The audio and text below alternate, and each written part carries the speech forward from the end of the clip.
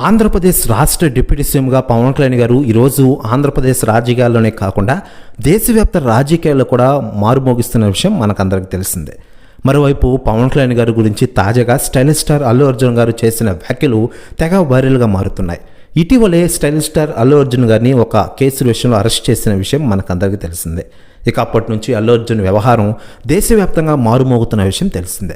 మరోవైపు అల్లు అర్జున్ గారు మామ మెగాస్టార్ చిరంజీవి గారిని కలిసిన విషయం తెలిసిందే. ఆ తర్వాత చిరంజీవి గారు కూడా అల్లు అర్జున్ కలిశారు. కానీ పవన్ కళ్యాణ్ గారిని ఇప్పటివరకు ఆయన కలవలేదనే విషయం తెలిసిందే. కానీ కొన్ని అనివార్య కారణాల వల్ల ఆయన కలవలేదని తెలుస్తోంది. అయితే వెనకాల మాత్రం అల్లు అర్జున్కి సపోర్ట్గా పవన్ కళ్యాణ్ గారు చేస్తున్న పనులు మాత్రం హైలైట్ అని తెలుస్తోంది. లేటెస్ట్గా అందుతున్న సమాచారం ప్రకారం అల్లు అర్జున్ గారు పవన్ కళ్యాణ్ గారి సాయం గురించి సంచలన వ్యాఖ్యలు చేశారట. ఆయన మాట్లాడుతూ, నేను ఈరోజు ఈ స్థానంలో ఉండడానికి కారణం నా అభిమానులే.